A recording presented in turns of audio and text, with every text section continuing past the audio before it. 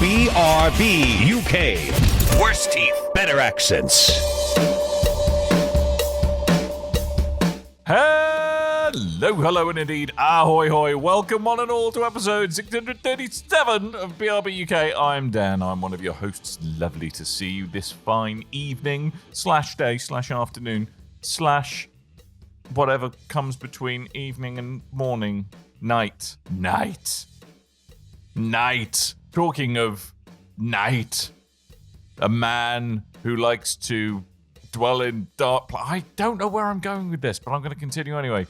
Coleman, you like the dark and lurking in places. Say hello to people. Hi! On a completely unrelated note, before we go any further in the show, I just want to do that thing that we do each and every week where we like to give a shout out to a true gaming legend who has never cheated in anything and has never done any wrongdoing, and that's Mr. Billy Mitchell. Big round of applause for Billy Mitchell. Everyone loves Billy Mitchell. No reason to ever come after us. We've never done anything wrong. We've never said anything disparaging against Billy Mitchell. Carry on. Excellent. And another man who loves Billy Mitchell, Tim Hibbs. Hello, Tim Hibbs. I cannot confirm that I like Billy Mitchell. I can confirm you're not that going to deny it either, though, are is you? a hell of a lot of episodes of this here podcast. I can. You're not going to deny it, though, are you? Mate. So I hope you enjoy your house while you've still got it, Tim. Mm-hmm. Yeah? He's coming for you. He will. He's a dirty, stinking cheater. Not to say that Billy Mitchell sues people. He always has been. He's a classy guy. He's never cheated at anything. We love Billy Mitchell. Love that hot sauce. And his Union Jack ties. Big fan. They're great. Not Union Jack. Stars and Stripes. Yeah. The other one. The other one. The thing that they started using after they were no longer British. That thing. Now, the character Billy Mitchell from EastEnders, dirty cheat, Bastard. horrible, terrible. Always dreadful cheated man. at Donkey Kong. He's a Terrible haircut. Awful. Yeah. Awful. Although, if you say Awful bad man. stuff about Billy Mitchell's hair, that just sounds like you're being jealous, Coleman. So, because he does have quite a lot. You said it. I know. Podcast? Anyway, I think this bit went well. I think we can all agree great. that. This bit went really, really, very, very well. It will come as no surprise to everybody that we've all been playing the thing that everybody else has been playing. We couldn't quite get into it last show because it hadn't quite released to the great My unwashed Little such Kitty's as us. Roller Coaster Adventure. Yes, that. It's Yes. glorious, glorious fun times. We've been playing the dumb. Everyone's been playing the dumb. Dumb the Dark Ages is what's been happening. Dumb the Dumb Ages. Been Dumb dumbed the Dumb down. Ages. Hmm? Been dumbed down. Yes, it has a bit, hasn't it? Yeah. Yep. So we've all been, I'd imagine, Tim, you've been playing it on the Xbox Series S, Coleman on the X, me on the PC. I've only had 3 crashes, which is good, which is pretty compared to my... You've had one? One big one. Yeah. Oh, what was your big one, Tim? I did the old. I Let's haven't had talk this in a about game for ages. I crashed through the floor and then kept on sinking until I was like 15,000 meters away from my current top. The open world problem. Yeah. I hadn't had that for ages. It almost felt like a bit of nostalgia. It was I'm like, going to ask you, Tim, what is the first okay. logo that appears on the screen when you boot it up? Bethesda. Just saying. All right? Yeah, it's got to be part of the Bethesda family of products. But not only that, it broke the thing that I just did, because like the checkpoint that it sent me back to, and not a big spoiler, but there's a puzzle that it repeats throughout some of the different levels is where you have to bust A move. Well, I was going to say bust the statue of a wolf Revolution by throwing your shield at it, and then that somehow makes a statue appear somewhere else. And when you get all 3 of them throughout the environment, it's just basically, environmental puzzle, basic kind of one. But the wolf that I busted was the checkpoint it sent me back to, and then it didn't count that wolf as being busted, and it was there, even though I couldn't throw my shield through it anymore. And then that meant that I didn't unlock the MacGuffin thing to actually unlock a higher level of the weaponry, which was really annoying. So I love how we get straight into these delicious weeds every time we talk about it. So, well, this is interesting. Before we introduce the game, let me tell you about this very specific thing involving a statue. And it was a Tuesday, and I had a shield, and it was a wolf. Yep. We're always really bad at, I mean, for a podcast about video games, we're always really bad at setting up the video game that we're reviewing. It's practically a thing now. So, let's just write it out. Dan, I've been playing on Xbox Series X, Xbox Series S, and streaming on browser via the power of the Steam Deck. Look at you. All have been very good performances, I found. Oh. Even the Steam Deck? Even the Steam Deck. I mean, it's streaming, so... Yeah. Yeah. So, Doom, The Dark Ages, is the prequel to 2016's Doom, which was the reboot. Well, it's the in-between-quel. It's somewhere in between Doom 64 and Doom 2016. I mean, if there was ever... some confusing numbers. If there was ever a video game series 2,106... 2016 Dooms. Do you want to tell him or shall I, Coleman, that it's... These cows been that many. I are know there's been a lot. These cows are far away. Anyway, if there was a video game franchise that really doesn't need to faff around with such niceties as a plot, it's Doom. You're a man who wants to shoot bad devils in the face. Demons and devils Demons in the face. from hell. That is the premise. But yet somehow we find ourselves involved in a plot that has space Vikings and stuff. It's a bit like kind of low rent Thor is what it kind of felt like. Much of the Dark Ages. It felt really much like it's a 40k universe that we haven't really fleshed out, explained, or bothered to tell you anything about. But here's a big king in some space armor. I mean, basically, it was like, man, medieval stuff looks cool, and Doom Guy would look awesome with a cape. Let's make our whole plot around that, pretty much. Yes, a furry. I mean, it's a weird one because the original Doom, the most story it had, I mean, I'm sure there was an instruction booklet if you didn't get it off like freeware as a child.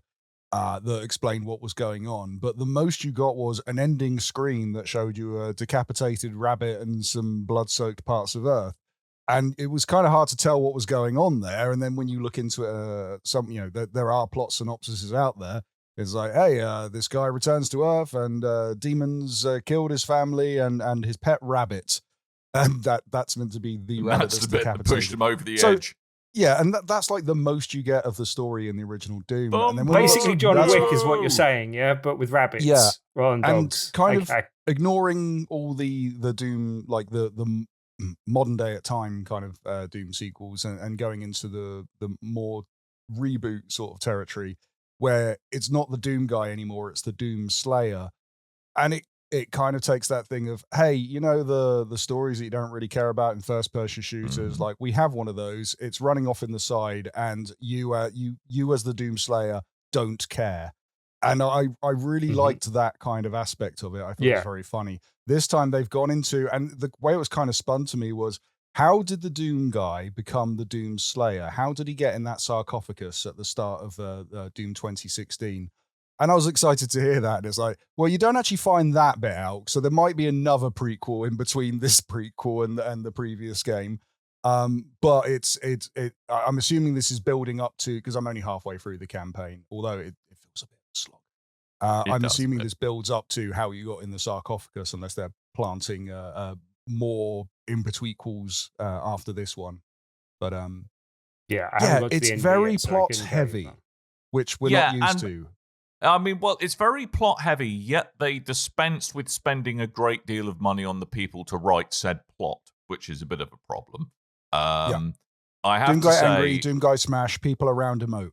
Yeah, exactly. And I have to say that I just kind of want to get on with shooting crap because it's Doom, and really the kind of really hammily written and badly voice acted kind of I don't think the voice acting is bad. I don't have so much of a problem with the writing or the script. It's just, well, I do have a problem with the structure of the story and the overall kind of like the presentation of it. Okay, but the actual it's not giving me a reason why I care. I don't know how these maker people interact with these other people. Like I don't know how any of the various factions are associated with each other, why they're against each other. There's is he Prince something or whatever? The guy that seems like he should be just Satan because he basically looks like he's in charge of hell. I know we already did that last game. And and then there's the king guy, and I don't know who the hell he is, what the hell's going on, how he's related to the woman that's actually not really a woman because she's the heart of something. And it's just all a bit very, very strange. And I wish the whole thing was just a bit more self-aware, and like you said, had the whole him not caring about the story, because then that makes you as the gamer not care about the story as much, and that seems much more in keeping with Doom, whereas this doesn't somehow. Yeah, I mean, don't get me wrong.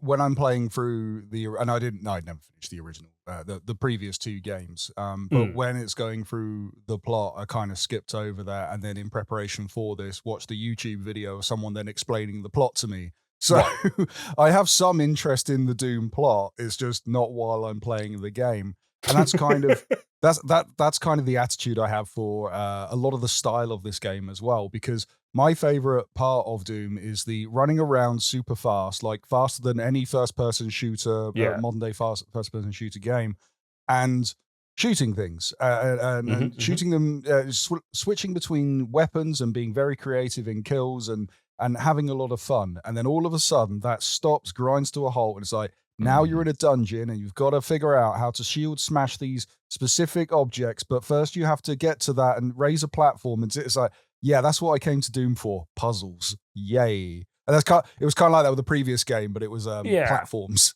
But also on that note, though, do you think it throws in some mechanics just for the sake of there being some mechanics? It's kind of, to me, it feels a lot less tolerant of you just going on an app. One of the joys of original Doom is going on a bit of a frenzy, and the guns just got more enjoyably ridiculous as you go along. Now it's like, hang on, right, with this enemy, what combination of things do I have to do to stagger them in order to actually do damage to them? And, it kind of, I know where they're going. They kind of want you as a player to constantly mix it up and just be very mindful in terms of the strategies that you're using kind of under pressure, because it's still kind of a pretty relentless pace. But to me, sometimes I just feel like there's a lot of stuff getting in the way of the core gunplay of Doom. I think mechanically it's not uninteresting. I actually, between the more modern Dooms, between Doom 2016 and Doom Eternal, I think this sits somewhere in the middle of them for how I like playing through the game and the mechanics of the game. I prefer the structure of the game in terms of not having as much of the platforming as they did in Doom Eternal, or from what I saw of Doom Eternal. I think it's not quite as challenging as Doom 2016, and perhaps it's a bit too less challenging than you would like. Like, I haven't encountered many places where I've actually gone, "Oh, I need to be a bit careful on this." But it does feel like the environmental puzzles and solving stuff in the environment seems very simplistic. But then the actual puzzle element of the game comes more in combat. It's more like that, as you say, like remembering what type of weaponry you need to use in a particular situation in combat. And it's almost like no individual enemy is that challenging. It's almost like sometimes the combination and the sheer numbers of them being quite overwhelming means that you have to be more respectful of what's going on. And there's a lot of countering in this game where you're counteracting what's going on and hitting things back at other enemies with your shield, which is a big part of the game. I have to say, the timing's pretty loose. So, someone shot at me 4 weeks ago. I suppose I better wave my shield in the air and that'll counter it. I will say, because like the overall criticism I see of this game is it's too handholdy, it's a lot easier than Doom, it's insulting to a hardcore fan, like all this kind of stuff. And I get it. Like you want to open it up to the general public, you want people to play this game, you want this game to sell. I understand all of that. That's why opening it up. I do wonder, a lot of people that say it's too easy and handholdy, and like, are they? Because you can mess around with a lot of accessibility options on this and make this game very, very hard for yourself. And that includes like the parry mechanics. You can shorten that up to such a degree that you've got to be precise with it. But then I wonder if people do that. There are more difficulty levels in this game than there are in most games, I would say. Like they've tailored that so that you can. And I think a lot of fans are criticizing it for being easier than the previous games. And I think that's fair. And they've probably tailored the middle level to a slightly lower level. But then, as you say, you can just crank it up if you want, and it gives reasons to replay it. The one thing I think is good about, I quite like the weapon upgrade system and how that works in the game, and how that encourages you to actually explore the environment to get the resources you need to then upgrade weapons. But if you concentrate on one weapon and upgrade that to the max, I've seen other people say the Impaler is very good at doing this as well. But I've actually found with the plasma weapons, if you upgrade the second one of those to the max, that becomes absolutely lethal as well. So I think almost whichever weapon you may choose, that may kind of overpower things in a certain situation. And maybe that makes it as well. That is a little bit too. And it feels weird concentrating on headshots in Doom. Yeah.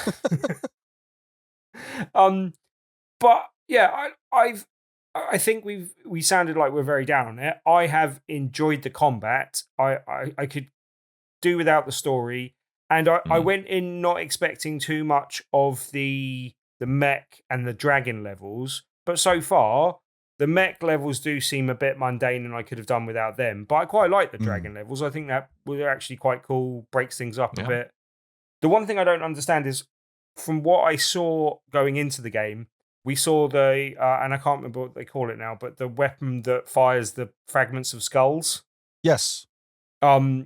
We saw that weapon, and that was one of the things they showed off. And then we saw the shield, and then it's called the Dark Ages, and you've got a flail. And so all these things where I thought they were going to be more leaning heavy into like why it was kind of set in an earlier time, and why it was like, it seems very loosely like Space Knights, and we haven't really come up with a reason or an excuse for that, but it's the thing we're doing in this game. But not many of the weapons seem to lean into that, apart from those things that I just mentioned. All the other weapons are like, and here's your rocket launcher, and here's a space laser, and and here's your combat shotgun, and it's just like, okay, these aren't very Dark Age-y. Thematically, it works with riding around in a gigantic mech, and even the dragon has like weird plasma wings, and I get what you mean. It could do with more medieval influence on the weapon types, but it's fun. I'm enjoying that. I'm enjoying the gameplay. I don't know how long I'll stick with it, because it seems that the chapters are very, the levels are very kind of disjointed. You'll have ones that you kind of get over in, I don't know, 30 minutes. And then you've got the ones that will last you a couple of hours. Yeah. But it's this weird balance between the times of each one. So I was finding myself flying through chapters at one point, and then went, I'll just do one more before bed. And that one lasted me like an extra 2-3 hours. And 2 hours that or so, seems so weird. And then I leave it for the next day, and then the next chapter is done super quick. And have you got to hell yet? No, not yet. No, I'm only halfway through. Yeah, I'm about halfway as well. There's like the level called the Siege, I think, which is broken up into 2 parts, and both of those are quite big.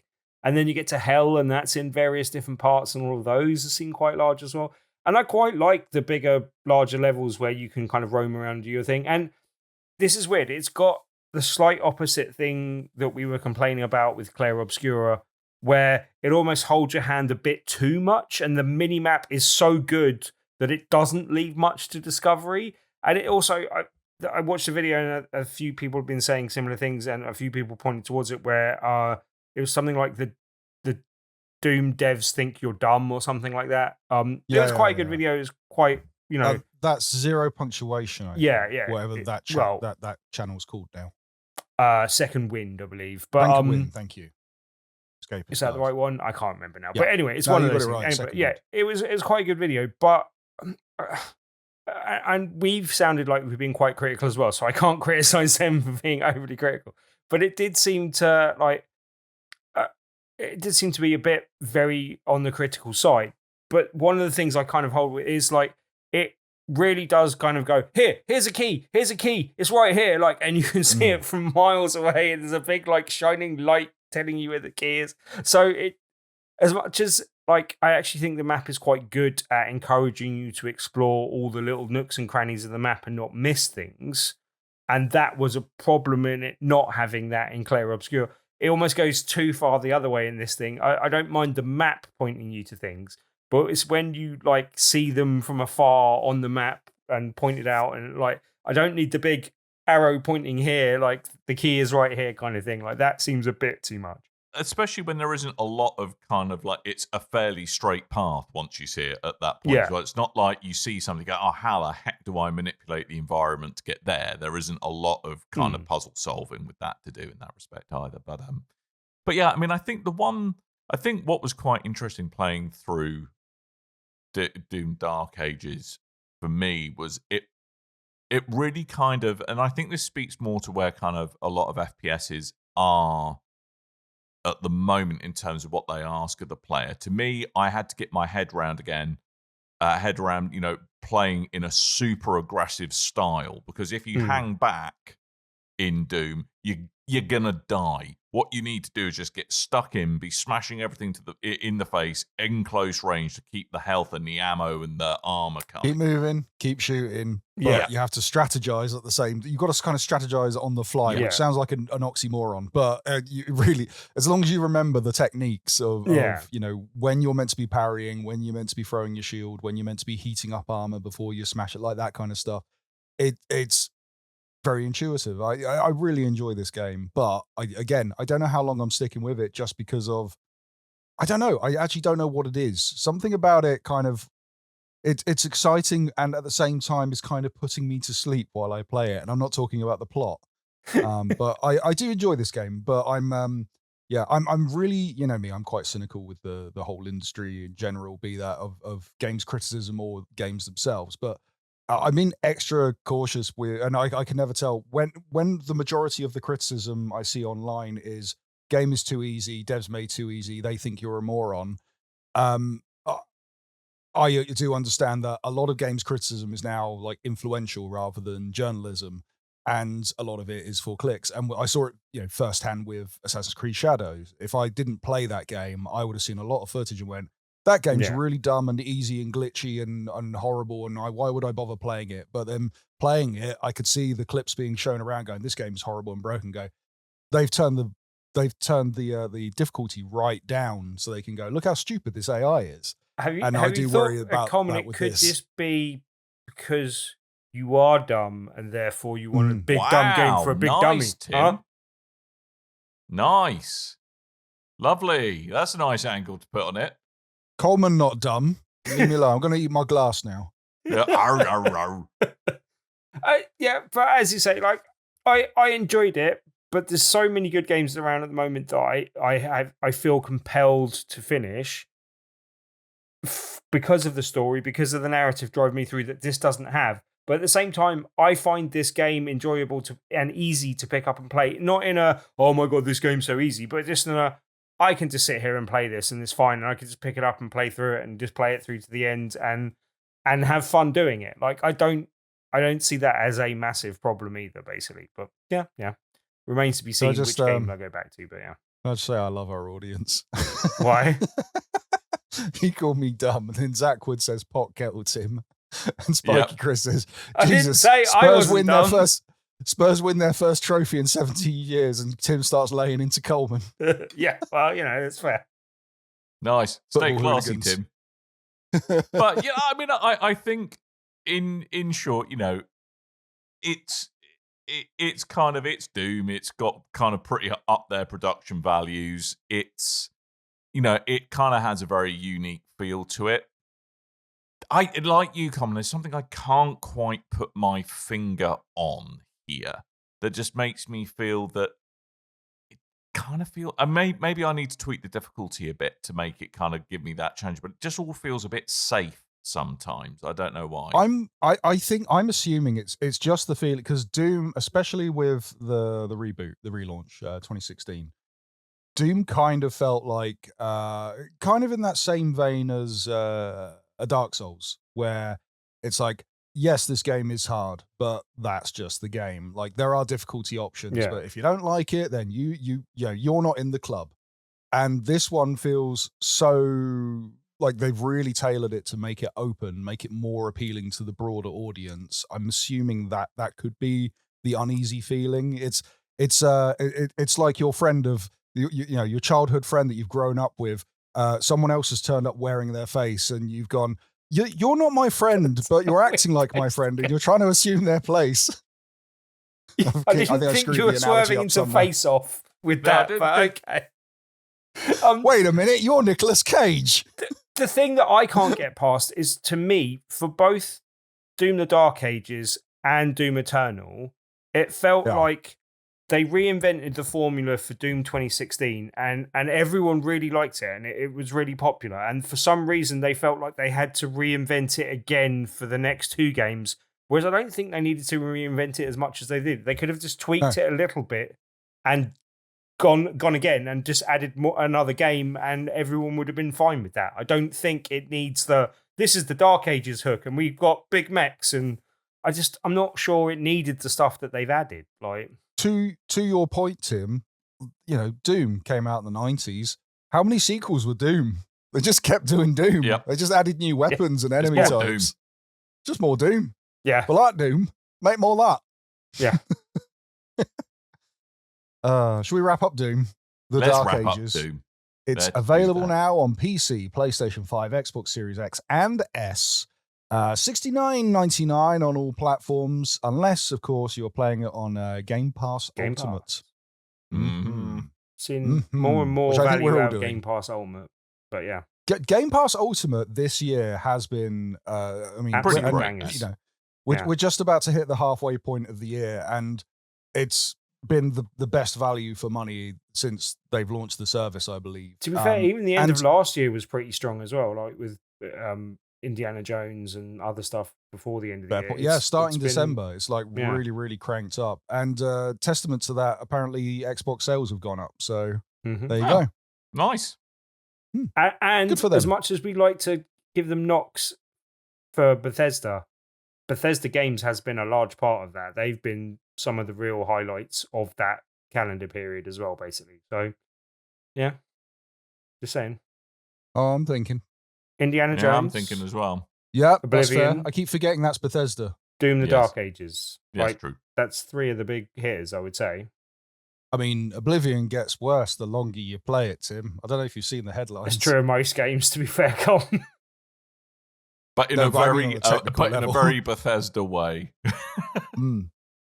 I mean, considering the last big output from Bethesda that came to Game Pass Day 1 was Starfield, and I don't think that went down too well. How some of their other titles have gone in the past. Yeah. Should we do the news? Let's do Mm-hmm. Let's do the news. Dan, I know you love talking about it. Oh, naughty. Bungie have been naughty. The burgling bungos, as we like to call them. The burgling bungos. The burgling bungo boys. So I think we all know that Marathon is a thing that's coming out. Yeah, very, just what the world needs, another extraction. Really cool art style. Yes, exactly. And that's game what doesn't appeal to me, but the whole time I've gone, do you know what? That's a really good art style. That appeals to me. Makes me want to play the game, even though I know I'm not going to enjoy the game.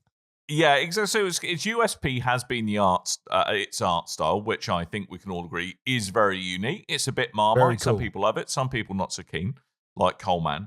I like the caterpillar. Yes, but so that wonderful, wonderful art style but just makes you know what something Marathon is if you see it. You go, yep, that's Marathon. Bit of a problem with that. Turns out quite a lot of the major elements of it were slightly nicked, I think, from basically so there is the what is alleged, and it seems to be backed up by the actions that Bungie have taken, is that there was an artist called what's her name? Antriel. Yes, Anti-Real, who that is her kind of her signature style, and she was publishing a lot of this work back in 2017 before development of Marathon really started in earnest in 2018. And it turns out that a lot of her art and a lot of things that she's done, not just a bit. I know there's a thin line, Tim, where you're likely to go is, well, what's inspired by versus lifting stuff off. I'll come back to that in a minute. I'll let you say your piece. But this, there are one-to-one matches between a lot of the work that she has done and what is actually in the assets for this. You know, people said, look, that's a one-to-one match. That has just been straight lifted. And it looks like, and Bungie said, well, we think it was a contractor who was working for us at the time, but yes, we accept. A former employee. Former employee. They have, yes, we agree. This looks like it's lifted. We need to do right by this. In fact, they had another big live stream planned, which they pulled the video content from because they are reviewing all of the art assets that are in Marathon at the moment. So, well, unfortunately, it's not they went ahead with the live stream, but without actually having any gameplay to show. So it was just an hour or two, couple of hours of them just being absolutely roasted by chat, by the looks of things, which wasn't. Yeah, exactly. It was a tough watch. It was a very. I know tough you've been watch. Investigating this, Tim, and you're really championing the bit to do some bit. But I just wanted to say, because I've seen a lot about this, is this the because I've heard there's like 6 instances, but there's only 3 that I could see. 3 different occasions they've been accused of plagiarizing artworks from other people. Yeah. Yes. Some being, like, in some cases, fan art of Destiny 2, then used for Destiny 2 merchandise. And every time, in these 3 cases, each of these 3 cases, they've blamed it on an ex-employee that's left the company and stolen some artwork and left it there. Is it the same ex-employee? He's just a wrong. Yeah, so they keep rehiring them. And then going, oh, he's done it again. I can't believe it. Damn it, Bob. Right, there is an argument that there needs to be more checks and balances in it. Although it does seem like this has been slightly overblown. Like, from what I've seen, there is one example of a direct lift of this person's work, and they're reviewing it to see if there are more. I haven't seen any more examples than the one example taken. I think it's fair game to have, like, you know, a mood board, as they tend to have when they have, like, you know, different examples of different art that they go from. But also the artist that they did take this from, and it does look like that was, you know, there is a case to answer on that one particular item that they literally had her signature in the piece, kind of thing. Ouch. But it doesn't necessarily, like, she's not the originator of this art style. There are other people, and one of the people that did stuff before she did stuff that predates the work that she put out on the internet of this stuff is the artist, you know, the artistic creator of this game, basically. So, like, and some of the stuff that she started on is based on stuff like Wipeout and stuff that kind of helped create this artistic movement as well. Like, so it's not like it's solely her creation and they've entirely stolen and lifted everything she's ever done and put it in the game.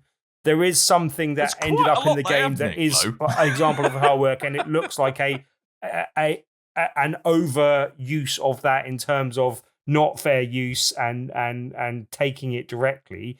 And as I said, that's a case to answer for. It does look like the internet slightly overreacted in the case of how much plagiarism there is and how much they've taken from this person. Whether there does flag up more examples, and whether there are other things that can be said, this can be said to be done. But I don't think it's entirely fair to say that the entire art style of this game was the creation of someone else, because there's various things that influenced her that have influenced them, and so there'll be some similarities. But there's also just, you know, they've taken various different influences and made their own thing. And I think it is an art style that does seem, you know, of its own making, but has influences of stuff that's been there before, Wipeout and other stuff. But yeah, it remains to be seen exactly how far this goes. But it doesn't seem like it goes quite as far as the initial internet reaction suggested that it may be, basically. But it's still not a good look for Bungie at the moment. It's not what this game Long live needs. podcasts. Also, it's an extraction shooter, so I don't care anyway. So I'm not going to defend it anymore. So that's the thing. Yeah. It's there've been plenty of games like this where I go, I'm not interested in that game, but I really like the art style. Yeah, it's what I was trying to get at the start of this. I did see. I was going to pull clips of it for this show, but it was one of those like slapped together AI voice videos, and I just can't consume those. But it was going through examples of like as far down as like the icons that are used in ammo pickups and power ups and things, like finding those icons from other reference files that have been taken. So I think there's more cases than this one specific artist that's been dug into. But yeah, we'll see how it goes. I think it's just kind of, you could it say is the very same popular about to almost anything. You know what I mean? Like, yeah, no, you can. You could even pick Big apart Red Barrel, you know? Doom the Dark Ages or Big Red Barrel. Like, there's nothing new in the world. You know, like everything else is influenced by everything else that's gone before it. And if you dig deep enough and find enough examples, then you go, well, they took it from these 5,000 different examples. Like, that's not a good enough thing to say that it kind of, like, just because you're referencing other things or similar to other things doesn't mean that you've necessarily entirely stolen a complete art style. You know, like, that's not. I mean, we plagiarized Tim's voice from a backed up drain. So, Very true. Very true. I was going to say, I've completely forgotten what I was going to say. Yeah. I think it's just, it's popular to punch on Bungie at the minute because of, the redundancies and the purchase from PlayStation and the CEO and It's not looking great for them. I also think that Marathon has more problems than just some stolen art assets. Like, it's yeah. I mean, I didn't play the alpha, but from what I've heard of it, delay it, relaunch it as Snickers. That's what it should do. It felt very play by the numbers. It felt, again, it's kind of not really. It's not quite accessible enough for people brand new to numbers down. To this. Numbers but it's also, all the way down. Yes. Well, anyway, whatever I was saying, that's what I said. All right, Tim can't contain himself on this story, so we're going to move on to the next one. You never can. It's Tim. 637 episodes of this day. You think you would have learned. Yeah, I know. Can I talk about AI Vader, please? Yes. Yeah, go on then. I've got to be careful what I say. But so, rest in peace, James Earl Jones. As we know, he passed away. And before he did, decided to sell his voice rights to an AI company that can now use them, mostly for Disney. But the voice of Darth Vader is now completely AI generated. You don't need to... And, this is an argument we'll get to in a moment, but traditionally, when you couldn't get James Earl Jones and you had a Star Wars project, maybe a video game, a cartoon, something along those lines, you would hire a sound-alike and, a lot of his voice is modulation, to be fair, make them sound like Darth Vader, and as a child, couldn't tell the difference. Now, it's all AI. And in Fortnite, they have an AI Vader. They had a playable Darth Vader. He's been in the game for 2 years now. They've added an AI component, so when you talk to Darth Vader on voice chat, he can now respond in AI, and he will address, characters in the game. So AI will address Spider-Man and talk about his reflexes being like one with the Force. And it's created some very interesting things. People have managed to get him to swear. They've gotten to say some racially insensitive things. They've had to reset the AI voice dialogue a couple of times and add new parameters to stop him doing certain things. And it's not great for the legacy of one James Earl Jones, to be fair. No.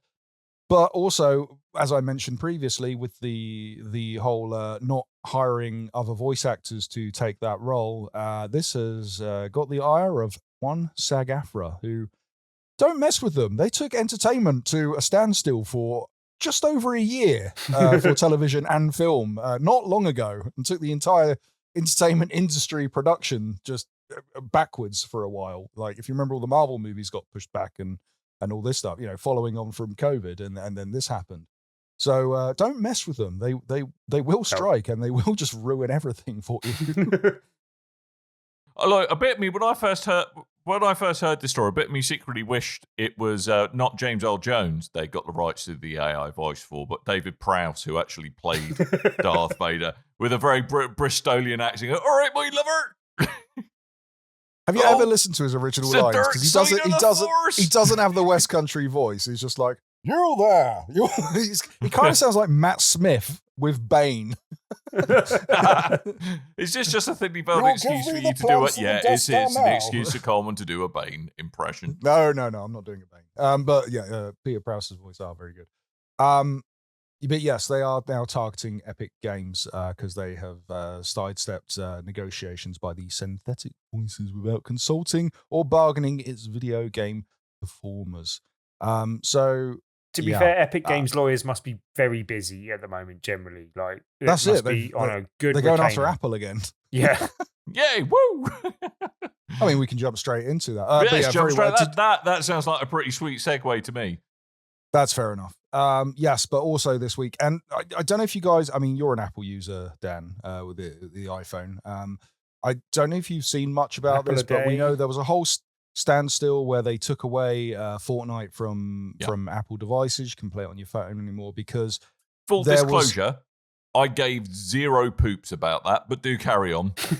I didn't care that they took Fortnite away from Apple, but I did like, and I kind of saw through the sentiment that was set up by Epic, but at the same time agreed with it. So the whole thing was, if you sell things through most app stores, but in particular Apple, you have to give, if you're selling some kind of transaction, microtransaction, monetary type thing, if you're getting in-game cosmetics or currency, you have to pay a percentage of that to Apple. And Apple tend to take more of a percentage than most stores out there. So Epic, they pulled their game from Apple stores and Google Play, I believe, at the time as well, to try and negotiate like a smaller percentage taken. And their whole thing was they were like, we're doing this for the little guy. And I didn't believe for a second they were, but at the same time, it's like, yes, there should be some form of reform to this. Let's see how we go. And this has worked out now, so much as, so Apple, I don't know if you know about this. If you have Patreon, if you're selling your stuff through Patreon and then people pay you a prescription, if you're doing that on your iPhone, you're automatically paying more to Patreon through Apple than you are on any other device. And is Patreon to go, well, we get charged for people using iPhones more. So if you subscribe to someone using your iPhone, we automatically charge you that extra to make up the cost. Which is that's all been, there's been a whole legal thing about this, which, in our circles with video games hasn't been that public, but this has all been, thrown out now. Apple can't gouge on prices anymore. The whole Patreon thing's reverted. A lot of people going, I'm paying less for whoever I subscribe, H-Bomber guy, if I'm using an iPhone. And this has kind of given Epic the heads up to go, right, let's go back at Apple again, because they're trying to get, they're trying to get so everything's going their way, but Fortnite is not back on the App Store. And they're claiming, Epic are claiming that Epic are doing this. Apple are doing this on purpose, not putting the game back on the App Store.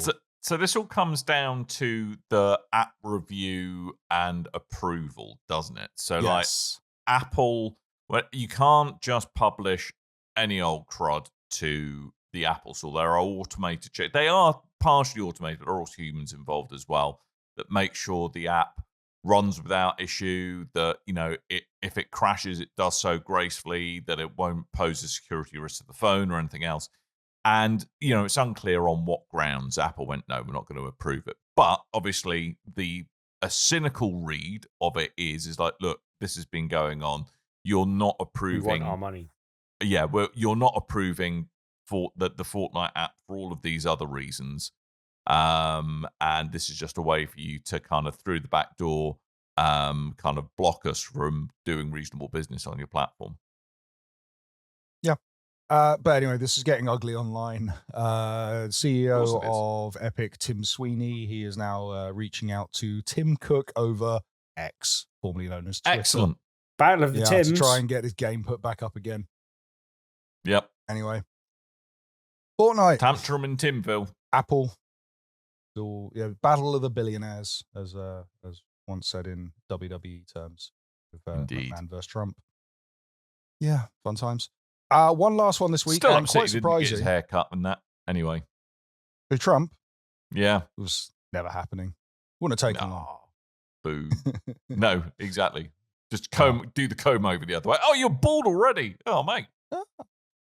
So Stellar Blade. Stellar Blade, I really enjoyed Stellar Blade. I believe you two didn't. I think Tim played the demo and Dan went herped up. I played the demo.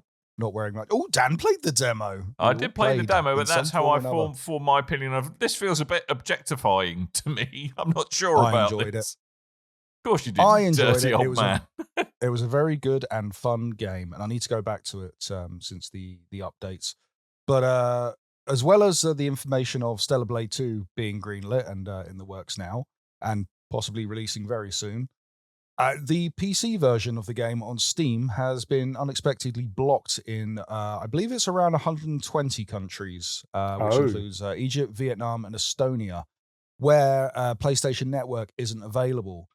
So if you remember the whole thing where I believe Helldivers 2 was the big kickoff about this, but PlayStation started releasing their games on PC through Steam, and then at some point started patching their games to go, you require a PlayStation Network login to play this game, which understandably a lot of people are up in arms about, especially if you've bought the game beforehand. Then that led to PlayStation reversing the decision, and their way to get people to sign up to PlayStation Network is to entice them with little things, little trinkets and deals. They might go, hey, if you get Spider-Man 2 on the PC, well, you get these 2 special suits for Miles and Peter if you sign into the PlayStation Network and tie your account to this game. So that's their plan now. Rather than forcing you to do it, they're making it an optional decision, but they'll tie in a price to it in some form or another. Apparently, that's enough to get you banned in certain countries. Nice. So if you sign into the PlayStation Network and tie your game to it, you get a specific costume for the character in Stellar Blade. But yeah, apparently there's no actual explanation saying why it's been banned, but people are theorizing that is the reason.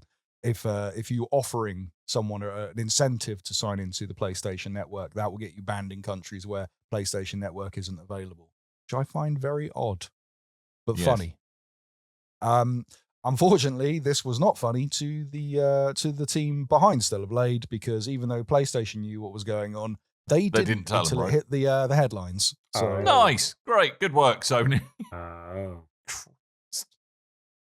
Again, it kind of comes down to why I know these things are all kind of, obviously with Sony publishing them, I get it. They want to maximize the value of their online platform and pimp it wherever possible. Well, there's absolutely no bloody good reason whatsoever for it to rely on it. It just seems absolutely egregious that they're trying to shove it down people's throats. So is it really worth marketing to certain to that many emails?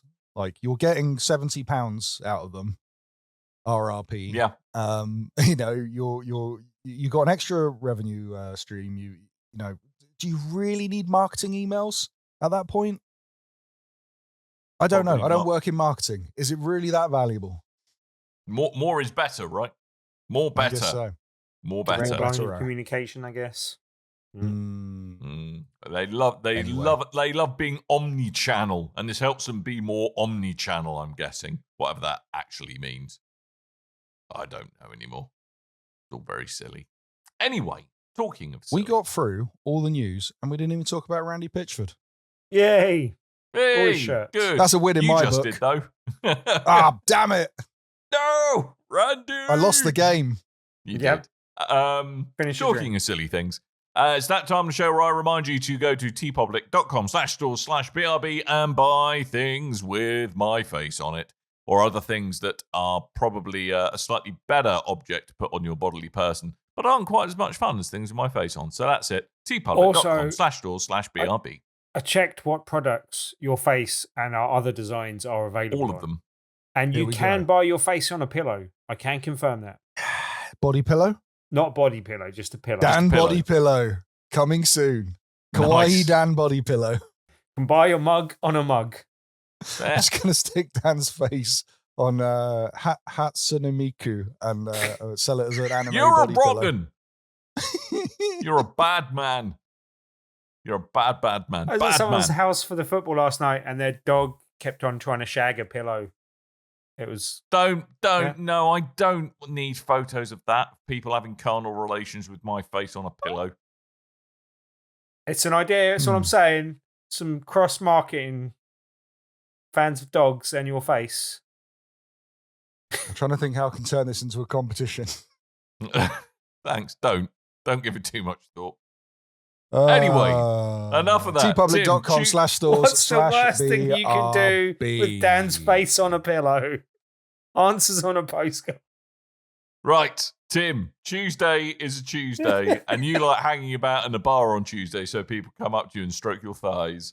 Tell us about That's it. an outrageous lie, but what isn't a lie is each and every Tuesday we do an event called Tabletop Tuesday at the Loading Bar in Stoke Newington. Each Tuesday we have a different feature game. If you play that feature game that evening, you have a chance of winning a copy of the game at the end of the evening. This week's game is a game called Dungeons, Dice, and Danger. It is a roll and write game, a dungeon crawler from the mind of Richard Garfield, who is a seminal, very well-known board game designer who's made some great games over the years. Magic the Gathering being the most famous of them, probably. That's a pretty big one. It's a pretty big one. He also hates and Mondays King and of loves Tokyo lasagna. probably being my favorite of his, maybe Keyforge as well. But anyway, this looks like a really good, fun game. It looks really interesting mechanically. It looks really cool. Looks like a good one and will make for a great prize for someone as well. All you have to do to win it is to come along, try out the game, and then one lucky winner will go home with a copy just for trying out that very evening. If you want more details, check out the right-hand side of BigRedBarrel.com, where the information is actually up to date, because I've got time to do that today. Or you can join the over 2,200 people on our meetup group, or just come along to Loading Bar in Stoke Newington on Tuesday, the 27th of May, and play Dungeons, Dice, and Danger. Splendid. Do that. Good. Tuesday. Every Tuesday. So, Tabletop Tuesday Loading Bar, at Stoke the Newington. Go Loading there. Bar in Stoke Newington. Be there on the 27th to play Dungeons, Dice, and Danger. Lovely. Do that. The 3Ds. 3Ds. Tim loves the Ds. He does. If you've three of them enjoyed at this the same time. show, you've got some amazing tastes. You really have, but you might want to see a psychiatrist. We love you for listening. We love you for watching. Be sure to go to bigredbarrel.com. That's the website that hosts this here show and has all the links to important things like YouTube and Twitch and social media and, more importantly, Discord. Where you can go over and you can talk to us. You can chat to us. You can ask us questions, much like Rago has done on Discord. He says, I has a question. Ooh. Much like I can has Excellent. cheeseburger. Yes. What is your favorite gaming merch/collectible or anything in between that's a real life item? Dan's face. Well, obviously. Pretty good. Yeah. Pretty good. But also, as it's relevant to this week's main game topic, and while you guys are thinking about it, the Doom helmet came out as part of the Doom Collector's Edition for Doom the Dark Ages, basically. And it's quite big. It actually fits on your head, unlike the Halo Cat helmet, which I may come back to in a second. But yeah, like that. Like I actually saw someone cycling down the road the other day on a bike, trying to carry this massive box that contained the Doom the Dark Ages I really helmet. thought I was going that they were wearing the helmet. No, Because that would be amazing. Yeah, Trying to cycle carry helmet. the massive box Wear a on a helmet. bike without a Counts. helmet. Rippin'. Turn signal. To be fair, it looked very difficult, but she did a very good job of it. She managed to Well done. transport it a fair distance. Well done, work. that person. Yes. I've downsized on all my personal belongings, so I don't have any like cool gaming merch anymore. But I'm always a sucker for like a limited edition console. Like, even though it was tied to that awful Kinect game, I really did like the Star Wars Xbox 360 console. When you open it and it does the little R2D2 noises, that was really cool. That was quite cool. Where's Yeah. he doing? Where have we gone, Tim? He's legged Tim's it gone again. for a poo. He's gone for a wee. Oh, he's gone to get some merch. I know what it's like. It's Oh, Tim. He's got to do God. show and tell. I think you're talking about consoles. That's quite cool. Oh, okay, yeah. Yeah. Good that. Nice. Yeah. That But legit? I was going to say, yeah, I mean, probably that's up there. Like, I don't, as you say, I've kind of scaled back on how many collector's editions I buy these days. Did buy that Pip-Boy thing. I think that was about the last one I bought because that was silly. Tim's Fisher-Price Fisher-Price Pip-Boy. That's hard to say. But I think the Halo cat helmet, that's the one that I still have on display. That's one that I care about. I'm also and you've got a sucker cat for- now. Yeah, and I can put it Have on you my tried cat. putting it on the cat? No, I don't think you should be very happy. I am also a sucker for a steelbook edition if I'm buying a physical copy of the game. I do like a steelbook. I got a bunch I'm throwing out if you want them. I have 'em. I hate steelbooks. Oh, I like them. I'll have them. I If I've think got the games to mine, match up. my If I've favourite got the one. I mean, game, a lot I'll of take people- it. I think people are probably half expecting me to say a Destiny Something Ghost. Destiny related. No, Something, but something actually, just- my favourite one is because a while back I had ages back some Club Nintendo points when it was still a thing, and I actually got some of the Mario Kart trophies, like real life little Mario Kart trophies. They're I've really got one of awesome. those. They're worth an absolute ton online. Probably not mine. Dropped Really? it Where once. did you put Had it, to super Coleman? glue it back together. Oh dear. Where's Tim? Tim's gone again. Oh, he's gone to get something else again. Yeah. Probably the Batarang behind him. Where have I put my Batarang? Batarang, Tim. I It's behind can't you, see it. Tim. It's Where have I somewhere put my over there. Batarang? But one of my favorite actual, I was remembering, it's not quite a steel book, but one of my favorite like actual collector's editions for like just the case being cool was I think Uncharted 3, I think it was, rather than Uncharted 2. But it had like a thing that was like made up like it was Drake's notebook. Yeah, And, I remember yeah, that. That was quite That was cool. for number 3, wasn't it? Yeah, I think it was for 3, yeah. Yeah. I quite liked, there was a Fable 3. I've still got the Fable 3 one in lockup. But it came like a big book and there was a hidden compartment and it had a pack of Fable themed playing cards and a little token. So the idea was if you were doing bad or good choices, you could flip it and like a coin. And That's stuff. quite But it cool. was like, That's quite cool. but it looked like a hero seal, which was kind of cool. Yeah, I think if I don't, I've never owned this, but if I was to go in for the merch, I would love a Steel Battalion controller because I think they look awesome. Yeah. Yeah. You don't have enough space for that in your life, Coleman. I know my old housemate had one, and he lost it when he came up to London. Lost left in it? a house, and well, he was living somewhere, and it was a friend of the show, Neil. He left it in his old place and then never went back for it. It's like, oh, I don't want to knock on the door be and ask bothered. for my controller back. But yeah, I love the Steel Battalion controller. I'd love to have one of those things. Yeah, they were cool. But it was on the original. Good Xbox, question, so, Brygo. not Mhm. great. Yeah, Good yeah, question. thanks. Lot of Timely enjoyment. Good and question, good. sir. This is weirdly a topic we could talk about for a long time, I think. Yeah, don't encourage. Tim will go back to his cupboard of things before you know it. We need to be careful. In the Yes, cupboard. don't encourage More him. questions on things. Go do it. And also, while I'm on the subject of plugging stuff, if you are watching on our streaming sites, if that's on Twitch or YouTube, be sure to hit subscribe. It will let you know when we're going live, even though we do put that on social media as well. And we're going to try keep the live streams up of the show because for some reason people seem to like watching those rather than the full finished product that I put out that sounds and looks better. But whatever, I'm not, Not here that to it judge. bothers you. I will put the live stream versions up as well as the full polished version. I might revisit that in future, like what I'm going to do with that going forward. But You're we'll see. questioning A lot of my effort life. goes in. I was thinking of putting just the live streams up and then like putting the using the high polished version, just putting like clips up, and then That's a good also plan. putting like the TikTok. I don't know. I'll figure out something, but I'm going to do it in the future when I have more time because That's also a I'm doing a good thing. plan. I'm planning a thing out in my life so I can have more time to do stuff. Also a good plan. Stay tuned. Yours. So That's the podcast. that is the podcast. So go to all the places that Coleman told you to go to on the internet. Check out the show notes if you need a reminder of where those places were. But most importantly, we're going to wrap the show up. And all that's really left to do is to remind you that I have been Dan. I might have been. I've been a Steel Battalion controller. So I Ooh. couldn't think of something funnier to say. I'd like to play with you. I've been a stolen asset. Oh, Tim, I you was have to, right why do you there. have to ruin it, Tim? Jesus. Always ruin it. We're going to go. Thank you for Thank you for coming along. And we'll be back next week. So until next time, dear listeners, toodle bye.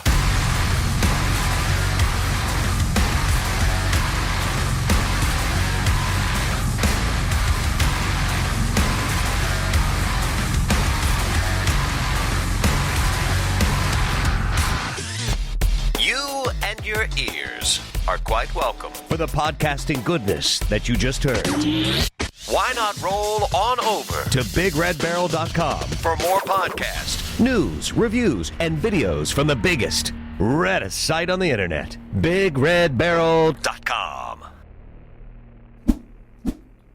I have a problem. I have a problem. I have a problem. Go Oblivion on, what is your problem, Remastered was running far too well, and that ruined my experience and fond memories of a Bethesda experience. Please tell me this situation will improve over time.